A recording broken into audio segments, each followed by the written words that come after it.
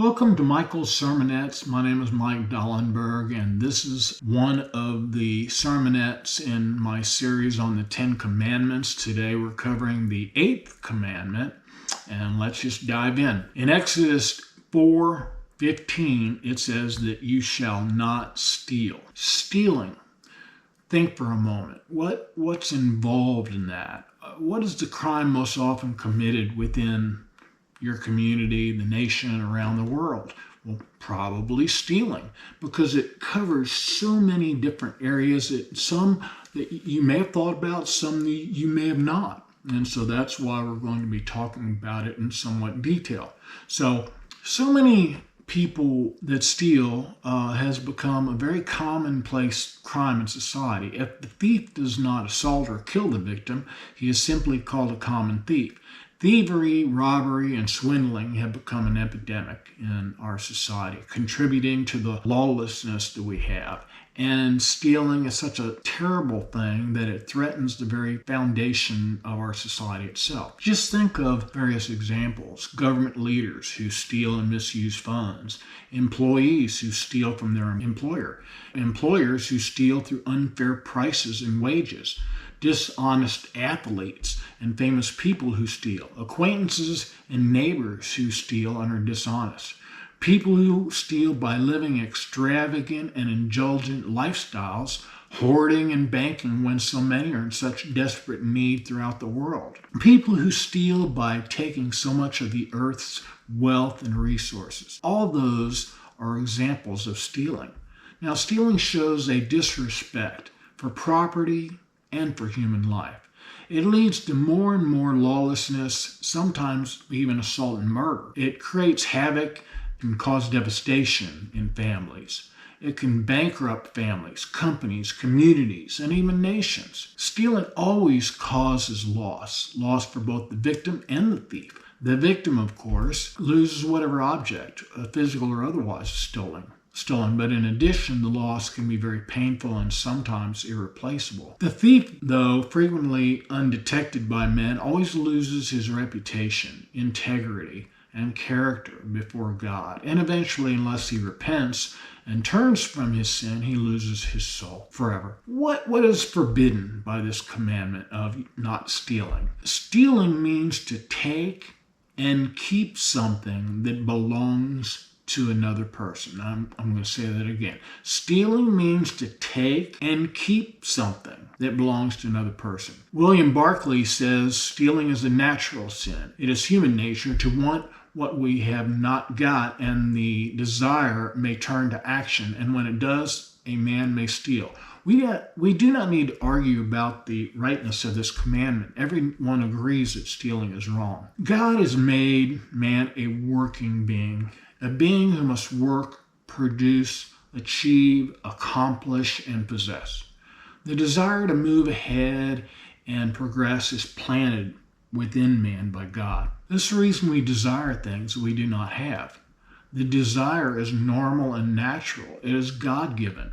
But the legitimate way to fulfill that is to work for what we want and can achieve in life. The illegitimate way to fulfill that desire is steal. Note that stealing is a heart problem, just like when we talked about adultery being of the heart as well as the actual act. So this is also of the human heart. The cause, the source of stealing is found in the human heart. Stealing begins with a desire, a passion, a lust, an urge, a coveting within man. Now, when that desire is planted, when it conceives, it is carried out, and then the person steals. So this is what God says in Joshua 1:14-15. But every man is tempted when he is drawn away of his own lust and enticed. Then when lust hath conceived, it bringeth forth sin. And sin, when it is finished, bringeth forth death. Arthur Pink points out the following: stealing was the first sin committed by the human race. Eve took of the forbidden fruit. That's in Genesis 3:6. Stealing was the first recorded sin committed by Israel after entering Canaan. Achan stole the spoils of war, and And that's in Joseph 7. When I saw among the spoils a goodly Babylonish garment and 200 shekels of silver and a wedge of gold of 50 shekels weight, then I coveted them, and I took them. And behold, they are hid in the earth in the midst of my tent, and the silver under it. Now, stealing was the first sin to defile the early church. And I'm sure you remember this in your reading of the Bible. Ananias and Sapphira kept back some of the money from the sale of their property, money that was to be given to the church. And what happened there? They died as a result of that. That's in Acts 5, 1-3. Now, God's purpose for commanding people not to steal can be simply stated. It is to protect a person's property and his right to own property, to preserve peace among neighbors within society. Stealing causes loss, sometimes terrible loss to the victim. And stealing always leads to hard feelings, broken relationships, and sometimes revenge. Now, this commandment protects a person's right to feed, house, clothe, and provide for himself and his family, to own property, to reap and keep the property and rewards of his labor, to secure enough goods and money to help meet the desperate needs of the poor, the suffering, and the loss of this world. And Ephesians 4:28 says, "Let him that stole steal no more, but rather let him labor, working with his hands the thing which is good, that he may have to give to him that needeth." Here are some of the examples of stealing, some of which, again, you may have thought about, some of which you may not have thought about. A person steals by robbing a person, store, company, organization, or bank. That's a given. By shoplifting, that's another given. By loafing on the job. Now, that may not be a given, but by loafing on the job, while you're getting paid, you're stealing from your employer. By not paying your bills. By keeping something that you borrowed from somebody. By failing to pay your debts. By not paying due your taxes. Give unto God what is God, and to the government what is the government's. And now I paraphrase that. I cannot give you the biblical verse that just popped out of my head. I remembered that. But that's something that Jesus had said. By stealing the reputation and character of another through lies, gossip, and rumor, that's stealing. By taking away a person's right to justice, Isaiah 10, 1-3. That, lying under oath in court, and you're basically stealing that person's right to justice. By false or deceptive advertising. By keeping an overpayment or excessive refund check or overshipment of goods. A lot of people have Amazon nowadays, and sure enough, Amazon sometimes, or it could be UPS or FedEx or whoever, accidentally delivers something to the wrong person. And the person opens it up and goes, "I didn't order this." But they decide to keep it. That's stealing.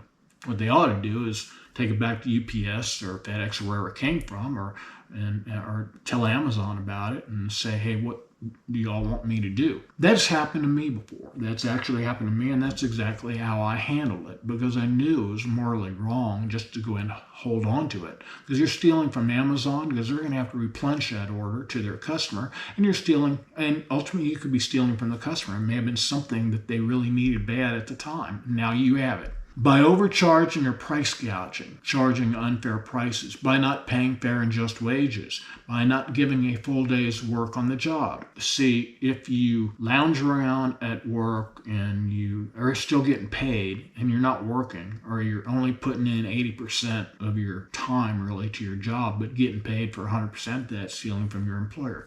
By taking things from one's employer, by making unauthorized phone calls, by padding expense reports, by unjustly extending business trips at company expense, by manipulating information or stocks for personal gain, by abusing your sick days, by arriving at work late or leaving work early without permission and getting paid for the time that you weren't there, by stealing and enslaving people for work and profit, by breaking the rules or cheating to win something, a game or a prize. And in church, listen carefully to those of you who are in churches and maybe in technical positions or worship leader positions. I've been there and done that in both.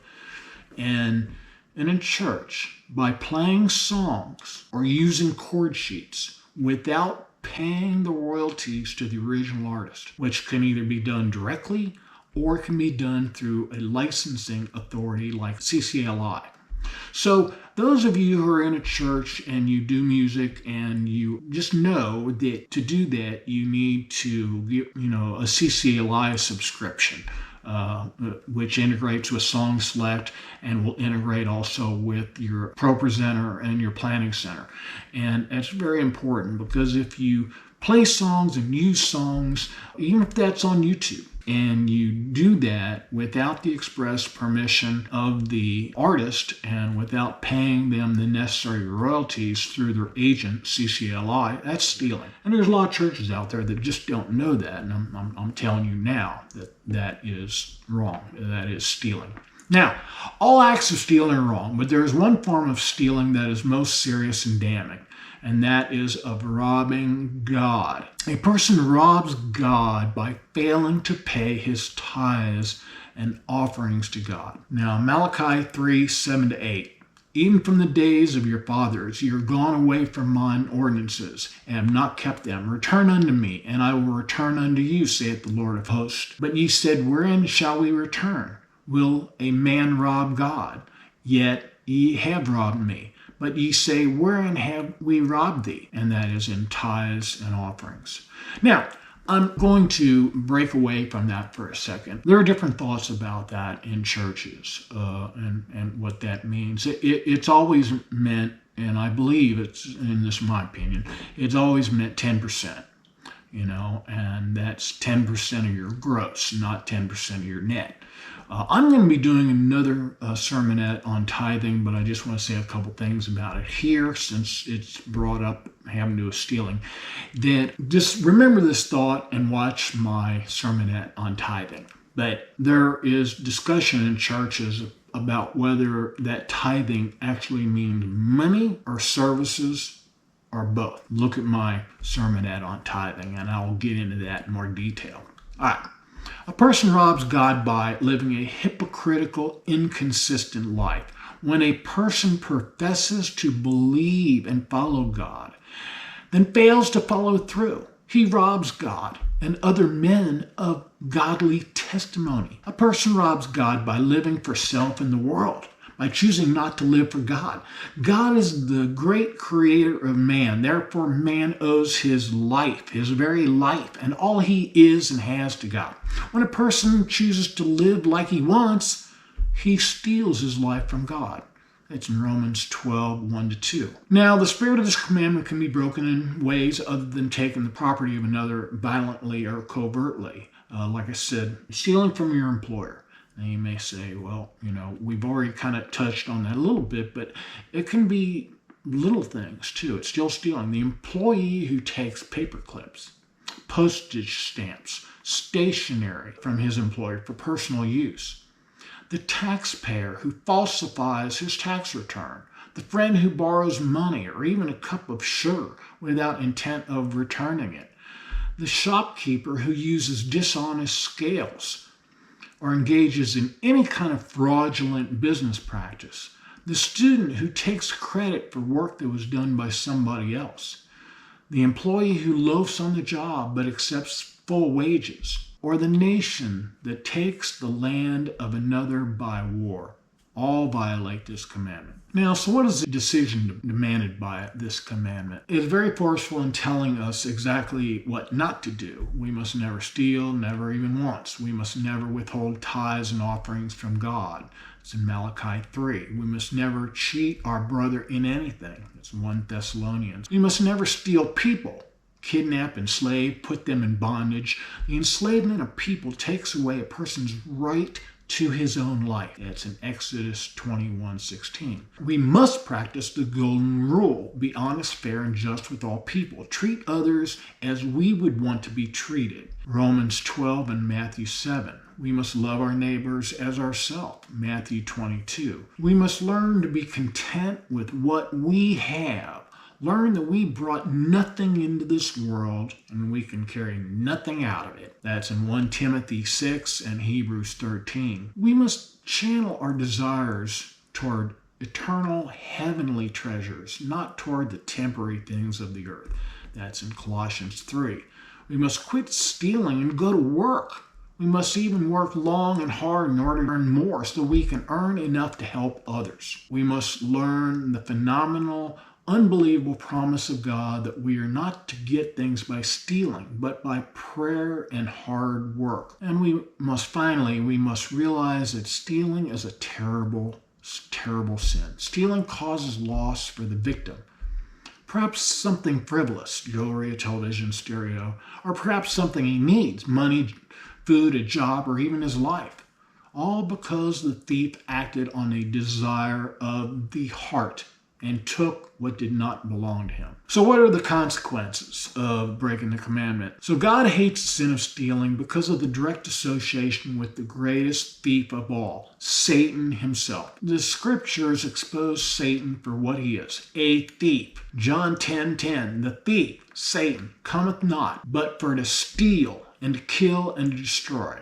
I am come that they might have life, and that they might have it more abundantly. Again, that's John 10:10. The person who steals and is committed to a life of crime will not inherit the kingdom of God. Person, Adam and Eve, who stole from God in the Garden of Eden, died. Genesis 2:16-17. Makes himself unclean. Matthew 15. Shows that he has forgotten God. Ezekiel 22. Person who steals follows in the steps of God's adversary, Satan himself. Person who steals causes heartache and sometimes painful suffering for others, causes economic hardship for the victim, causes families to be torn apart, and will be held accountable by God to make restitution. Exodus 22:1. If a man shall steal an ox or a sheep and kill it or sell it, he shall restore 5 oxen for an ox and 4 sheep for a sheep. Person who steals from the poor will become poor himself. He that oppresseth the poor to increase his own riches, and he that giveth to the rich shall surely come to want. That's Proverbs 22:16. The person who steals tithes and offerings, who does not give his tithes and offerings to God, robs God. Malachi 3:8. Will a man rob God? Yet ye have robbed me. But ye say, wherein have we robbed thee? In tithes and offerings. Now the benefits of keeping this commandment. A person who is honest and lives for God will have the constant presence and care of God. That's Hebrews 13. A person who follows God and is honest will escape many problems and sorrows. It's 1 Timothy 6. A person who belongs to God and is honest will walk in righteousness and live in security. Proverbs 10. A person who is honest and fears the Lord will be better off than a person with great treasure.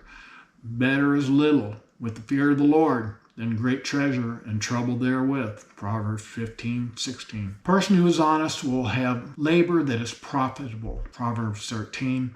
A person who is honest and knows the Lord labors with his own hands, helping those in need. Let him that stole steal no more, but rather let him labor, working with his hands the thing which is good, that he may have to give to him that needeth. Ephesians 4:28. A person who loves God is honest and earns eternal treasures that are safely stored in heaven.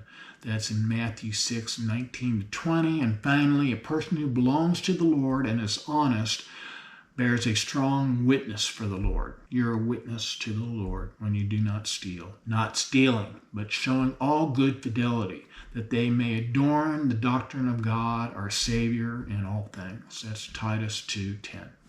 Well, that concludes my sermonette on the 8th commandment. Again, if you like these sermonettes, please like and subscribe. And again, please comment.